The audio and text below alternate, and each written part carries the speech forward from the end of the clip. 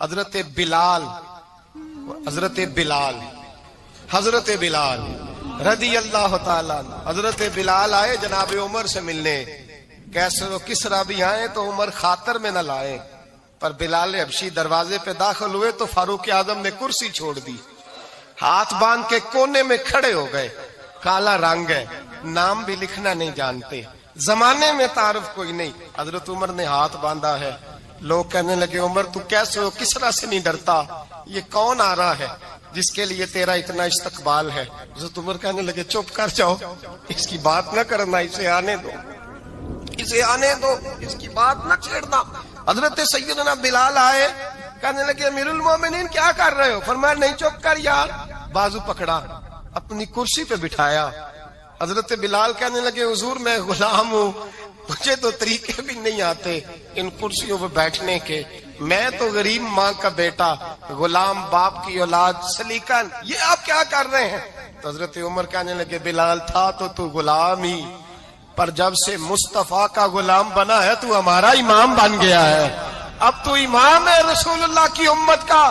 فرمایا وہ مجھے دن یاد ہے جب مکہ فتح ہوا تھا, بت ٹوٹ گئے تھے, بڑے بڑے سردار تھے, اور میرے نبی نے فرمایا بلال سے کہو کعبے کی چھت پہ چڑھ کے اذان دے. تو لوگوں نے کہا حضور یہ سارے جل گئے ہیں, کسی اور کی ڈیوٹی لگا دے. حضور نے فرمایا چپ کرو, بدر میں مار کھا کے اذان پڑے تو بلال, احد میں پتھر برسے اذان پڑے تو بلال, تپتے صحراؤں میں پڑے تو بلال, ہر جگہ مار کھائے تو بلال. اور آج اگر اللہ نے عزت دی ہے تو میں لوگوں کو دیکھ کے بلال کو عزت نہ دوں؟ میں بتانا چاہتا ہوں کہ رسول اللہ کی غلامی میں عزت ہے. فرمایا کوئی اوپر نہیں چڑھے گا, ابو بکر بھی نیچے, عمر بھی نیچے, عثمان و علی, طلحہ اور زبیر بھی نیچے. آج یہ حبشی غلام کعبے کی چھت پہ چڑھے گا اور میں دنیا کو بتاؤں گا کہ اصل عزت اسی کے پاس ہوتی ہے جو رسول اللہ کا غلام ہوا کرتا ہے. بھائی یاد رکھیں عزت حضور کی غلامی میں ہے نہ. یہ دیکھو میری برادری کیا کہتی ہے. حضرت سلمان فارسی گورنر تھے, کھانا کھا رہے تھے, دسترخوان بچھا تھا. رسول پاک صلی اللہ علیہ وسلم کا فرمان ہے روٹی کا لقمہ دسترخوان پہ گرے اٹھا کے کھا لو, اللہ تمہاری بخشش فرما دے گا. دسترخوان صاف ہوتا ہے. روٹی, بڑے گورنر تھے آپ, بڑے بڑے سفیر بیٹھے تھے, وزیر بیٹھے تھے, روٹی کا لقمہ گر گیا. آج تو لوگ فیشن میں عزت ڈھونڈتے ہیں نا, وقار ڈھونڈتے ہیں کہ میں جدید دنیا کے ساتھ مل جاؤں, میں معاذ اللہ لڑکی لڑکے اکٹھے بٹھا کے منگنی کروں تو میں ماڈرن شمار ہو جاؤں گا, میں بڑے بڑے ڈھول بجاؤں تو ماڈرن بنوں گا, میں اگر مہندی پہ سارے تماشے کر ڈالوں تو میں ماڈرن ہوں. دیکھو عزت کس بات میں. حضرت سلمان فارسی روٹی کھا رہے تھے, سفیر وزیر نہ جانے بڑے بڑے لوگ بیٹھے تھے, کھانا کھاتے کھاتے لقمہ گرا دسترخوان پہ. حضرت سلمان فارسی نے سمیٹا, منہ میں رکھا, پھر انگلی مار کے دسترخوان صاف کیا. ایک صحابی کان میں کہنے لگے سلمان کیا کر رہے ہو, کیا کر, آپ گورنر ہے, سوچئے تو صحیح, یہ لوگ کیا کہیں گے دنیا دار کے مسلمانوں کو روٹی نہیں ملتی, اٹھا اٹھا کے کھا رہے. کان میں بات کی, کان میں. حضرت سلمان فارسی کان میں جواب دے سکتے تھے, کہہ سکتے تھے نہیں ایسے ہی کرنا ہے, انہوں نے کان میں بات کی. لیکن جناب سلمان فارسی اعلیٰ اعلان بولے, کہنے لگے ان 4 5 6 دنیا داروں کے لیے میں اپنے نبی کا طریقہ چھوڑ دوں, اپنے رسول کی سنت چھوڑ دوں؟ یہ 4 5 دنیا دار دنیا کی طرف دیکھ کے میں مصطفیٰ سے منہ موڑ لوں؟ پھر جوش جذبات میں سر سے پگڑی اتار دی, رونے لگے. آپ فرمانے لگے میں مدینے کے بازاروں میں کھجوریں اتارتا تھا, نوکریاں کرتا تھا, یہ جو میرے سر پر عزت کے بال ہیں یہ محمد عربی کے اگائے ہوئے ہیں, رسول اللہ کے اگائے ہوئے ہیں. امیر المومنین حضرت جناب سیدنا عمر فاروق رضی اللہ تعالیٰ عنہ رات گھر میں تھے تو رونے لگے, بڑی دیر تک روتے رہے. والدہ اٹھی تو صاحبزادے سے کہنے لگی پتہ کرو تمہارے باپ کو کیا مسئلہ ہے. شہزادے آئے, کہنے لگے امیر المومنین والد گرامی کیا ہوا؟ تو حضرت عمر فاروق کہنے لگے بیٹا اپنی اماں کو بلاؤ. والدہ آ گئی, کیا بات ہے, کچھ طبیعت خراب ہے تو حکیم کا بندوبست کیا جائے. تو حضرت عمر کہنے لگے کچھ بھی نہیں, آج مسجد سے نکلا ہوں تو نبی پاک کے صحابہ میری تعریفیں کر رہے تھے. یہ حضرت فاروق اعظم کے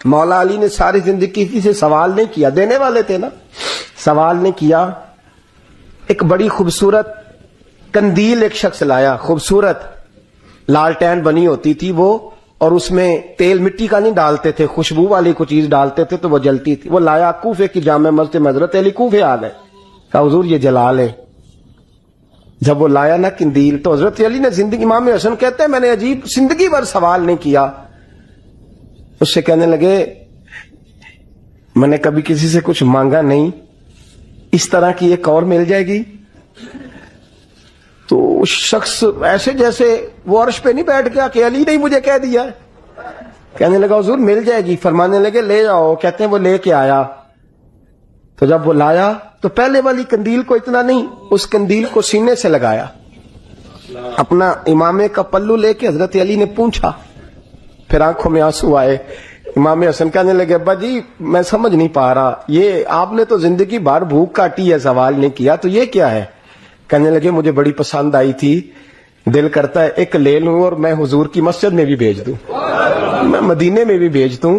میرا دل کرتا ہے یہ مسجد نبی میں لگ جائے گی تو اس کی شان بڑھ جائے گی. تو فرماتے امام حسن کہ میں رو پڑا. میں نے کہا حضور مجھے سمجھ آ گئی ہے، رہتے آپ کوفے میں ہے پر دل آپ کا مدینے میں ہی بستا ہے، وجود یہاں ہے پر روح آپ کی.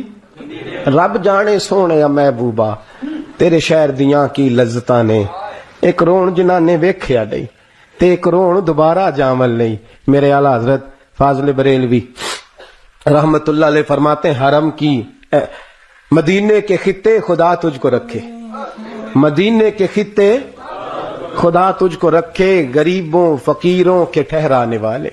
یہاں غریب فقیر درویش مدینہ حسن ہے. توجہ ہے اب حضرات کی. میں 2010 میں گیا تھا. اماں جی جب میں جانے لگا تب بھی میں روتا ہی گیا. واپس آیا تو میں اپنی والدہ سے میں نے کہا کہ اماں یہ کہیں خامی ایمان ہی نہ ہو.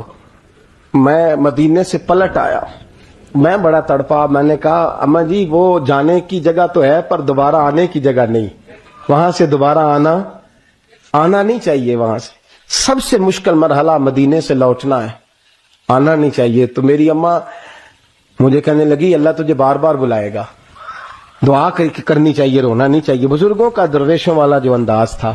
اور پھر میں دوسری دفعہ عمرے پہ گیا تو ایک شعر تھا مظفر وارسی کا، تو میں وہ پڑھ رہا تھا. میں نے کہا کہ دوبارہ آنے کی آرزو ہے، کہ خود کو پانے کی آرزو ہے، جو حج پہ احرام باندھتے ہیں اب وہ باندھ کے آنے کی آرزو ہے. تو میں نے تو ایک حج مانگا تھا، اللہ نے 2 عطا فرما دی. یہ مصطفیٰ کے مدینے کی شان ہے، یہ رسول اللہ کے شہر کی شان ہے. تو میرے دوستو اللہ بڑا بے نیاز ہے. وہ میرے جیسے لوگ، میرے جیسے، سچی بات ہے، میرے جیسے لوگ اس کا، میں کبھی بھی مدینہ منورہ میں حاضر ہو کے لوگ اور باتیں سوچتے رہتے ہیں اور میں مسجد میں بیٹھا ہوتا ہوں. تو میں جب پہلی دفعہ گیا تھا تو ایک بی بی بیٹھی تھی، سادی سی عورت، رات کو تو اپنا زبان یار من ترکی و من ترکی بگویم پنجابی میں وہ بات کر رہی تھی. تو وہ جملے اس کے مجھے یاد رہتے ہیں جب میں مدینے جاتا ہوں. سادی بی بی جنت البقیع کے باہر بیٹھی تو بوڑھی اماں سادے سے کپڑے، تو شعر پڑھ رہی تھی. وہ کیا شعر تھا اس کا، کوئی وہ اس پہ شاعرانہ ردیف کافی یہ پورے نہیں اترتے. لوگ کہیں گے یہ مصرع شاید لحاظ سے ٹھیک نہیں ہے، سند کے لحاظ سے، لیکن اس کا انداز تھا نا تو تھا بڑا با کمال. اور وہاں بیٹھی پتہ کیا کہہ رہی ہے، ویکھو نہیں ویکھو کہ ڈے کرم کمائے سوں. لوگ کہیں گے ردیف کافیے کے لحاظ سے شاید ٹھیک نہیں، لیکن اس کی فکر کتنی ٹھیک ہے، سوچ کتنی ٹھیک ہے. کہتی ویکھو نہیں ویکھو کہ ڈے کرم کمائے سوں، میرے جے گندے مندے در تے بلائے سوں. سید عالم صلی اللہ علیہ وسلم کے وصال ظاہری کے ایام قریب آئے تو حضور نے سرخ پٹی باندھی. تیز بخار ہے نبی کریم کو. 2 صحابہ سہارا دے کے مسجد میں لائے. نبی پاک علیہ السلام کو بظاہر سہارا دے کے لایا گیا. کریم رسول نے لوگوں کو جمع کیا. حضور آج کیا ہونے والا ہے، آج کیا کہا جائے گا، آج کس لیے میٹنگ بلائی ہے. نبی کریم کے کل صحابہ جب مسجد میں جمع ہوئے تو کھچا کھچ مسجد بھری ہے. وصال ظاہری سے چند یوم پہلے کی بات. نبی پاک نے فرمایا آج تمہیں کوئی جہاد کی ترغیب نہیں دینی، آج کوئی نیا پیغام نہیں دینا، آج تمہیں بتانا ہے کہ رب نے اپنے بندے کو اختیار دیا ہے، چاہے تو دنیا میں رہے چاہے تو اس کی بارگاہ میں حاضر ہو جائے. اس عبد نے بارگاہ ربوبیت کی طرف لوٹنے کا ارادہ کر لیا ہے. حضرت صدیق اکبر رونے لگے تو صحابہ نے کہا تمہیں کیا ہوا؟ کہنے لگے سمجھ نہیں رہے، کسی کی بات نہیں کر رہے، نبی پاک تو اپنی بات فرما رہے ہیں، اس نے جانے کا ارادہ کر لیا۔ سنیے میرے بھائی، محبوب پاک نے فرمایا بھائی کسی شخص کو میری طرف سے کوئی تکلیف پہنچی ہو تو بدلہ لے سکتا ہے، بدلہ لے سکتا ہے، کسی کو تکلیف پہنچی ہو۔ صحابہ پھوٹ کے رونے لگے، محبوبہ کرم ہی کرم ہوا ہے، رحمت ہی رحمت آئی، آپ کے بارے میں گمان کرنے والا بھی دائرہ ایمان سے نکل جائے گا۔ حضور آپ کیا فرما رہے ہیں؟ فرمایا نہیں بھائی اٹھو۔ پیچھے سے جناب عکاشہ بن محصن اٹھے، ہاتھ کانپتے ہیں، آگے بڑھے، کہنے لگے یا رسول اللہ، ایک جنگ کے موقع پر آپ نے درہ مارا تھا، ننگی پیٹھ پر صفیں سیدھی کراتے، بات دل میں رہ گئی ہے، میں نے بدلہ لینا ہے۔ نبی کریم نے فرمایا بلال دوڑ کے جاؤ، فاطمہ کے گھر درہ پڑا ہے، درہ لاؤ۔ سیدنا بلال حبشی کہتے میں گیا، دستک دی، سیدہ طیبہ طاہرہ حضرت فاطمہ فرمانے لگی بلال کیسے آئے ہو؟ اماں جی وہ درہ چاہیے تھا۔ سیدہ کو تشویش ہوئی، کہنے لگے بلال نہ تو جنگ پہ جانا ہے، نہ جہاد ہے، نہ کوئی ایسا موقع ہے، حضور کی تو طبیعت مبارک بظاہر بڑی علیل ہے، درہ کیا کریں گے؟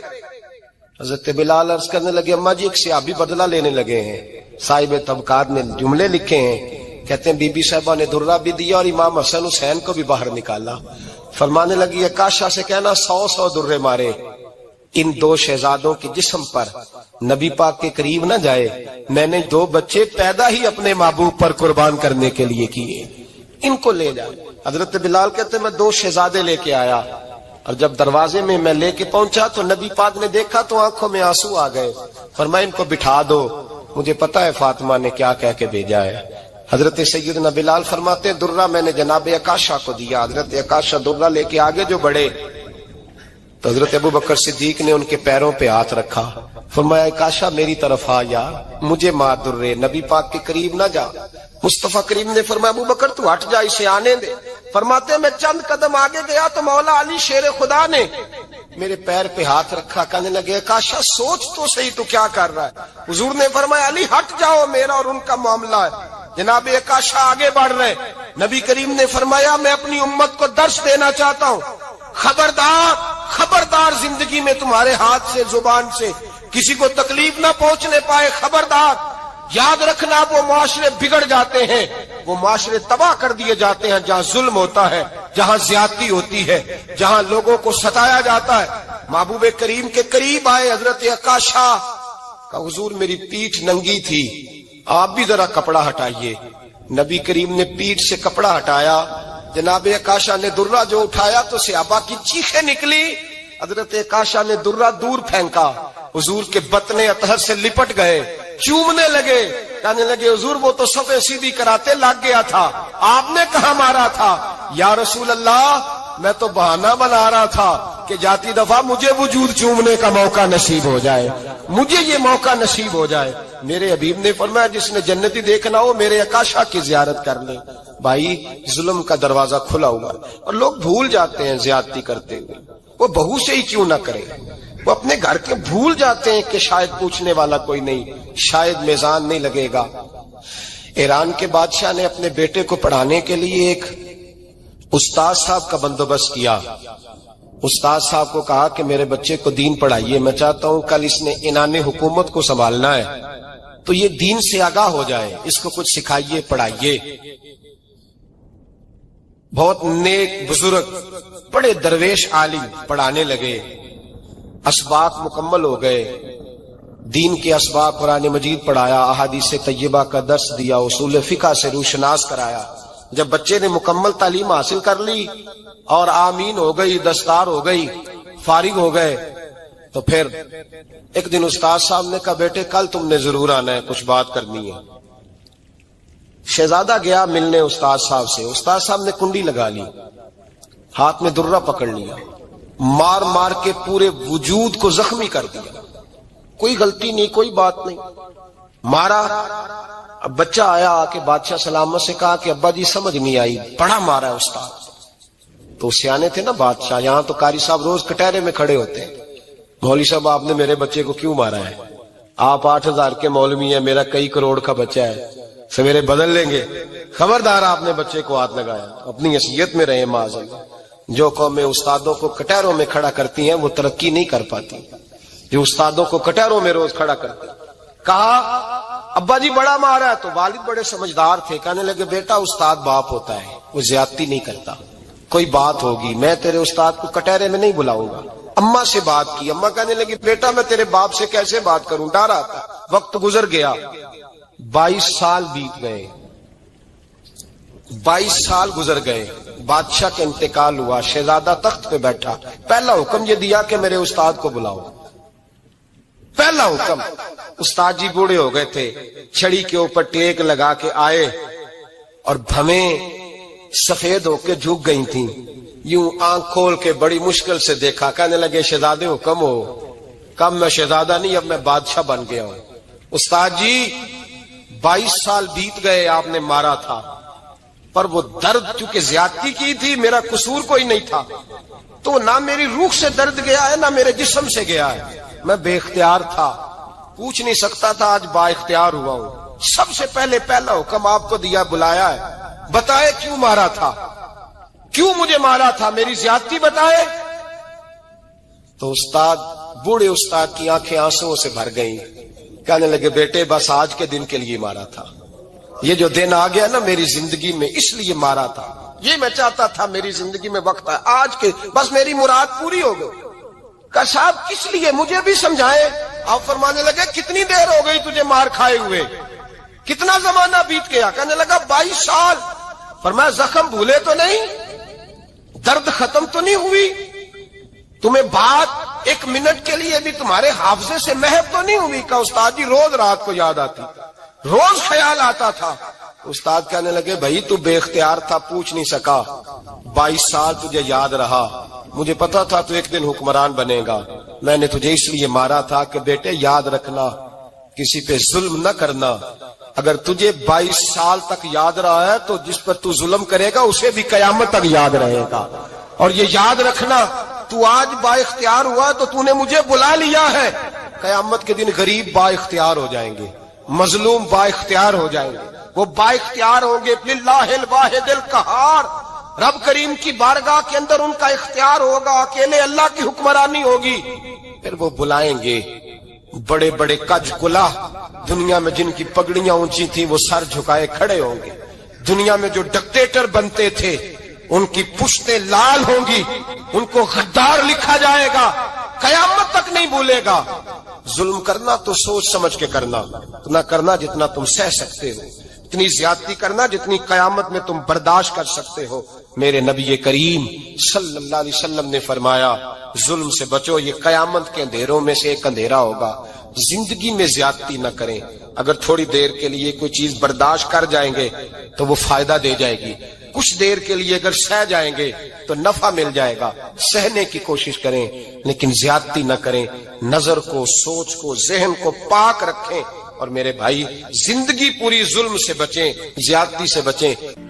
آپ لوگوں کے ساتھ پیار کریں, آپ لوگوں کو موقع دیں, آپ تھوڑی سی اور کوشش کریں اس شخص تک جانے کی جو آپ کو مایوس نظر آ رہا ہے, پریشان نظر آ رہا ہے. یہ ہمیں میلاد والے محبوب صلی اللہ علیہ وسلم نے درس دیا. ایک اور پہلو, حضور سید عالم صلی اللہ علیہ وسلم نے, ہمارے ہاں نا ابھی بھی برادری کی تقسیم ہے, ابھی بھی, اور کچھ میں نے ایسے کمزور لوگ بھی دیکھے, یہ اس طرح کی حرکتیں ہارے ہوئے لوگ کرتے ہیں. ہارے ہوئے لوگ جو اپنے آپ کو سمجھتے ہیں کہ میں کوئی بڑا آدمی ہوں. بڑا آدمی تو اپنے اخلاق سے ہوتا ہے, اپنے کردار سے ہوتا ہے, اپنی سخاوت سے ہوتا ہے, لوگوں سے پیار کرنے سے ہوتا ہے. باقی یہ کہ بیٹھ کے کہانی سنانا کہ میں بڑا کچھ کرتا ہوں, تو جو کچھ کرتا ہوتا ہے اسے سنانے کی کوئی ضرورت ہے. ایک اور بہت سارے لوگ آپ تعزیت کرنے جائیں نا والد کے انتقال کے بعد, تو ان بیچاروں کو بتانا پڑتا ہے کہ ابا جی میرے بغیر دوائی نہیں کھاتے تھے. تو میں کہتا ہوں اگر تیرے بغیر نہیں کھاتے تھے پھر بتانے کی ضرورت نہیں, پھر تو سارے گاؤں کو پتا ہوگا کہ تیرے بغیر نہیں کھاتے تھے. اور اگر کوئی دال میں کالا ہے تو پھر تیری وضاحت کوئی بندہ قبول نہیں کرے گا. تو آپ کو بتانا کیوں پڑ رہا ہے, اور آپ بار بار اس بات کا ذکر کیوں کر رہے ہیں کہ ہم بہت بڑے قبیلے کے ہیں؟ صاحب اگر آپ بڑے قبیلے کے ہیں تو پتا ہوگا سارے علاقے کو آپ کتنا لوگوں کا خیال کرتے ہیں, آپ کس قدر محبت کرتے ہیں, آپ کا انداز کریمانہ کس طرح. پھر آپ کو بتانے کی کوئی ضرورت نہیں ہوتی, پھر خود بخود خبر ہوتی ہے. حضرت سیدنا ابو ذر غفاری رضی اللہ تعالیٰ عنہ قبیلہ بنو غفار ایک بڑی شاخ تھی قبیلوں میں سے، جو لوگ اس زمانے میں مالدار قبیلوں سے تعلق رکھتے تھے ان میں سے ایک بڑا نام تھا. ساری زندگی چودراہٹ کی، لیکن میلاد ایک انقلاب کا نام ہے. میں میلاد منانے والے دوستوں سے گزارش کرتا ہوں کہ آپ ہر سال میلاد منائیں، اور ہر سال میلاد کے بعد آپ تھوڑے بدل بھی جائیں، یعنی تھوڑے سے بدل جائیں. کچھ لوگ کہیں یار یہ داڑھی میں نے نا 12 ربیع الاول والے دن رکھی تھی، یہ میری میلاد والی داڑھی ہے. اور داڑھی رکھیں بھی نبی پاک کی مرضی کی. کس کی مرضی کی؟ نہ ناراض ہو جائے جی میں ٹور چلا بس. کس مرضی کی جی؟ اپنی مرضی کے نہیں. داڑھی کا وزن کو نہیں ہوتا کہ پوری مٹھی رکھیں گے تو آپ کو کوئی دقت ہوگی، کوئی وزن نہیں. پوری رکھیں، جو حضور کا طریقہ مبارکہ ہے جو ہمیں ملتا ہے اس پر آپ توجہ فرمائیں. تو میں جو بات عرض کرنے جا رہا ہوں وہ میلاد انقلاب ہے. حضور سید عالم صلی اللہ علیہ وسلم کی بارگاہ میں آنے سے پہلے لوگ کچھ اور ہوتے تھے، اور یہاں سے ہو کے جاتے تھے تو پھر ان میں تبدیلی آتی تھی. میں سارا دن کرامتیں سناؤں نا کسی کو اپنے پیر صاحب کی اور اپنے گھر میں بھی کہ میرے حضرت بڑے، میرے استاد بڑے، لیکن بیوی کے ساتھ اگر میں ترش لہجے میں بات کروں گا تو وہ کہے گی ایسے سکھاندے نے تینوں پیر صاحب. دوست کہیں گے یہ سکھاتے ہیں آپ کی کہانیاں نہیں چلتی، آپ کا کردار چلتا ہے. حضرت ابو ذر غفاری رضی اللہ تعالیٰ عنہ فرماتے ہیں چونکہ میں چودھری تھا، سیدنا بلال حبشی رضی اللہ تعالیٰ عنہ کے پاس میں بیٹھا تھا. کسی بات میں بات آگے بڑھی اور بڑھتے بڑھتے بات شکنجی تک چلی گئی. رائے کے اختلاف نے باتوں میں تلخی پیدا کر دی، اور جب تھوڑے لفظ اور تیز ہوئے تو میں نے انہیں کہہ دیا چپ کر، تو ابشن کا بیٹا ہے. کس کے بیٹے تھے حضرت بلال؟ کہتے ہیں جب انہوں نے مجھے کہا میرا دل بڑا ٹوٹا، لیکن میں نے ارادہ کیا کہ میں نے حضور کی بارگاہ میں نہیں عرض کرنی. اب ہر بات کی ہم حضور کی بارگاہ میں شکایت کریں. لیکن میں جا کے مسجد میں بیٹھا اور جب سرکار آئے نا، ارادہ نہیں تھا کہ عرض کروں گا، لیکن حضور کا چہرہ دیکھا تو دکھ میرا خود ہی تازہ ہو گیا. رونے کا بھی تو تب ہی مزہ آتا ہے نا کوئی اپنا ملے تو. فرماتے ہیں کہ میرے آنسو نا بغیر اختیار کے چھلک پڑے اور میں کھل کے روئے، کھل کے. قربان جاؤں محبوب کے بھی حضور نے پاس نہیں بلایا، بلکہ نبی پاک اٹھ کے خود میرے پاس آئے اور مجھے کندھوں سے پکڑ کے سینے سے لگایا. اور جب میں کھل کے رو لیا تو حضور میرے آنسو پوچھنے لگے. کچھ شعر ایسے ہوتے ہیں جو کسی نے کہے ہوتے ہیں، اور کہنے والا جو ہوتا ہے وہ صاحب حال ہوتا ہے، تو اس میں کچھ خوبصورتی زیادہ ہی ہو جاتی ہے. ایک پنجابی کے شاعر ہمارے گجرات میں گزرے، بزرگ تھے، ان کا ایک شعر ہے، وہ کہتے ہیں ایک واری میری آنکھیاں چوں اونا نے اتھرو پونجے سن. ایک واری میری آنکھیاں چوں اونا نے اتھرو پونجے سن، ہن تے چسکا پہ گیا رونے دا. ایک واری میری آنکھیاں چوں اونا نے اتھرو پونجے سن، ہن تے چسکا پہ گیا رونے دا، تے ہر ویلے آہو زاری دا. تو میں روز رونے لگا ہوں. مزہ ہی بڑا آیا ہے جب سے محبوب نے چپ کرانا شروع کیا. میرے عزیز، اور پھر حضرت بلال حبشی رضی اللہ تعالیٰ عنہ چونکہ حضور کے غلام تھے اور انہیں پتا تھا کہ سرکار میری ناز برداری کرتے ہیں، حضور نے چپ کرایا. فرمایا کیوں روتے ہو؟ تو عرض کرنے لگے یا رسول اللہ صلی اللہ علیہ وسلم، اگر میں ابشن کا بیٹا ہوں تو میری تو غلطی کوئی نہیں نا، یہ تو تقسیم اللہ کی ہے نا. الذی خلقک فسواک فعدلک فی ای صورت ما شاء رکبک. جس طرح وہ چاہتا ہے، جس کو چاہتا ہے اس طرح کی اس کی صورت بنا دیتا ہے. تو مجھے ابشن کا بیٹا کہا جاتا ہے، میری غلطی کیا ہے؟ حضرت بلال نے بھی نہیں بتایا کس نے کہا، لیکن نبی پاک صلی اللہ علیہ وسلم نے کیا فرمایا. امام یوسف صالحی نے لکھا ہے، ذرا غور کرنا بات پر، تسلیاں لوگ اور رنگ میں بھی دیتے ہیں پر یہ تسلی بڑی انوکھی ہے. حضور فرمانے لگے بلال اگر تو ابشن کا بیٹا تو پریشان کیوں ہوتا ہے؟ کالے رنگ والی ماں کا بیٹا ہے تو پریشان کیوں ہوتا ہے اگر تیری والدہ کا رنگ کالا ہے تو؟ عرض کی حضور آپ کیا فرمانا چاہتے ہیں؟ تو سرکار فرمانے لگے میں دو ماؤں کا بیٹا ہوں، ایک جناب آمنہ جنہوں نے مجھے پیدا کیا، اور ایک حضرت ام ایمن جنہوں نے میری پرورش کی، مجھے بڑا کیا. حضور فرمانے لگے میری ماں آمنہ کا رنگ گورا تھا اور میری ماں ام ایمن کا رنگ کالا ہے.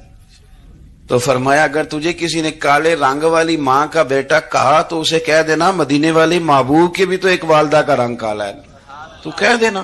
حضرت بلال کہتے ہیں کہ وہ اس طرح کی تسلی تھی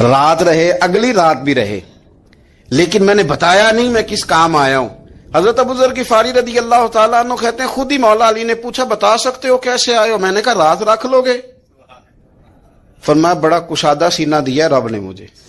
تو بات تو کہنے لگے یار میں تو محمد مصطفیٰ کی زیارت کرنے آیا ہوں صلی اللہ تعالی علیہ وسلم۔ یہ بے نیاز لوگوں میں سے ہیں حضرت سیدنا ابو ذر غفاری۔ میں حضور کی زیارت کے لیے، حضرت علی کہنے لگے سویرے لے چلوں گا۔ انسان